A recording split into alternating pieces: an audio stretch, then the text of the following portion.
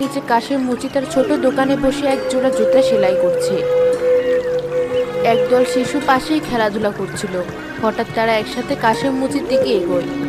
ছবি সবাই বলে কাশেম মুচি নাকি তার এই হাড়িতে সব বুদ্ধি পড়ে রেখেছে, তাই তো সবাই তাকে বুদ্ধির হাড়ি বলে ডাকে। তাই নাকি? চল তো দেখি কি আছে ওর মধ্যে। নিশ্চয় জাদুর বুদ্ধি। আমি শুনেছি ওটা খুললে নাকি সব সমস্যার সমাধান হয়ে যায়। চল জিজ্ঞেস করি।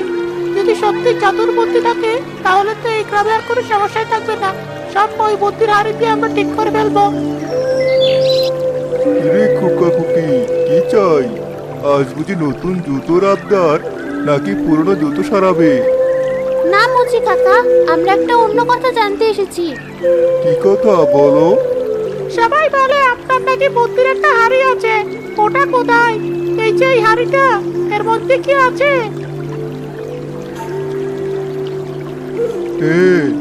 এই হাড়িটাতেই তো আবার সব বুদ্ধি আছে।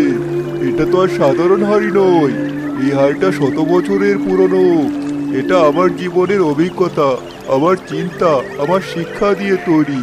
কিন্তু এটা তো তার জাদু দেখায় না।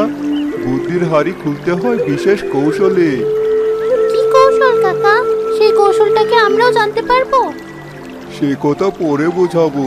আগে তোমরা বলো, তোমাদের কি এমন সমস্যা হয়েছে যার জন্য বুদ্ধির প্রয়োজন? কারণ বুদ্ধির আসল কাজই হলো সমস্যার সমাধান করা। বিনা প্রয়োজনে তো বুদ্ধি কাজে লাগে না, তাই না? আমাদের এখন কোনো সমস্যা নেই কাকা। আমরা এমনি শুধু কৌতূহলী হয়ে জানতে চেয়েছিলাম। আপনি খুবই জ্ঞানী তো, তাই। বুদ্ধি শেখার জন্য সবসময় সমস্যা থাকা লাগে না, তবে সমস্যা থাকলে বুদ্ধি কাজে দেয় ভালো। তখন সেই বুদ্ধিটার মূল্য বোঝা যায়। গ্রামের কয়েকজন মানুষ উত্তেজিতভাবে কথা বলতে বলতে এদিকে আসতে থাকে। আম গাছটা শুকিয়ে যাচ্ছে, আর এই জন্য দায়ী সাদাতের নতুন বেড়া। সব দোষ ওই বেড়ার। বেড়াটা রোদ আটকে দিচ্ছে। আমার বংশের একমাত্র আম গাছটা মরে যাবে। কি বলছো এসব হাফিজ? আমার বেড়া দিয়ে আম গাছ শুকাবে কেন? এসব তোমার উল্টাপাল্টা কথা। তোমার গাছ শুকিয়ে গেলে আমার বেড়ার কিভাবে দোষ? হাফিজ মামা সাদাত চাচা ঝগড়া করছে, এই তো খুব বাজে ব্যাপার। চল তো দেখি কি হয়েছে। নিশ্চয় কোনো গুরুতর ব্যাপার ঘটেছে। শিশুরা সেই জনসমাবেশের দিকে ছুটে যায়। গ্রামের প্রবীণ শিক্ষক ও সম্মানিত গুরু মশাইয়ের বাড়ি উঠোনে জড়ো হয়েছেন।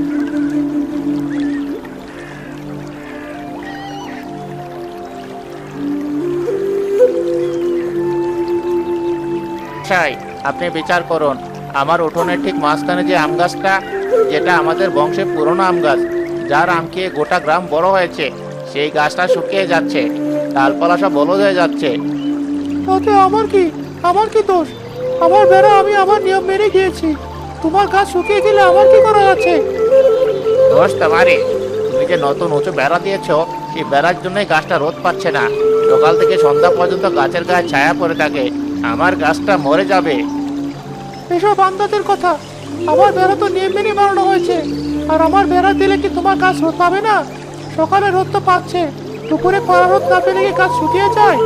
এসব তোমার গাছের রোগ, আমার বেড়ার দোষ নয়। শান্ত হও তোমরা দুজনেই। এভাবে চেঁচামেচি করলে কোনো সমাধান হবে না। হাফিজ, তুমি গাছটা ভালো করে দেখেছো?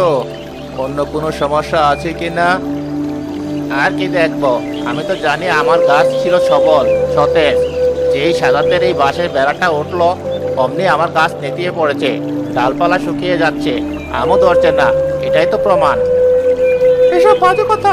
তুমি আমাকে অকারণে দোষারোপ করছো। এটা আমার সাথে অন্যায়। আমি তো বলি হাফিজের কথা ঠিক। সাদাতটা বড্ড একগুঁয়ে। এমন উঁচু বেড়া কেন বানাবে? গাছটার কত আম খেয়েছে সবাই, যদি মরে যায় তবে তো খুব দুঃখের ব্যাপার হবে।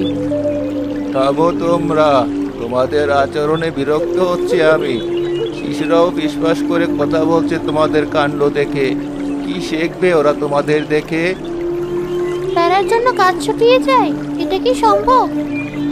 বেড়া তো শুধু ছায়া ফেলে, তাতে কি গাছ মরে যাবে? আমার তো মনে হয় না। আমার দাদুর গাছের উপরও তো ছায়া পড়ে। কই, তার গাছ তো মরে না। কিন্তু হাফিজ মামাকে তো খুব চিন্তিত দেখাচ্ছে। গাছটা সত্যি দুর্বল হয়ে গেছে। আমাদের কিছু করা উচিত। গাছটা যদি মরে যায় তবে তো আমরা আর আম খেতে পারবো না। হাফিজ মামার মনটাও খুব খারাপ হয়ে গেছে।